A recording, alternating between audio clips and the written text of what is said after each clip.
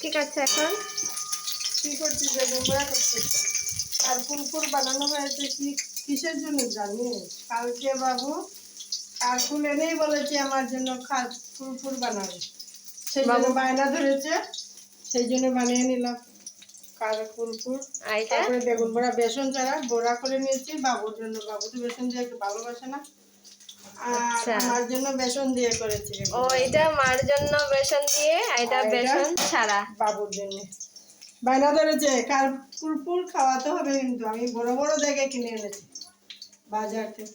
আমি বললাম আচ্ছা ঠিক আছে, খাবে, রাতটা হয়ে যাক তারপরে না খেতে হবে, এখন তো আর বানাতে পারবো না, রাত্রে 8টা বেজে গেছে, ও, সেই জন্য আজকে বানিয়ে নিলাম। টেনটেন করে ধরবো তোর বাবুর সামনে, টেনটেন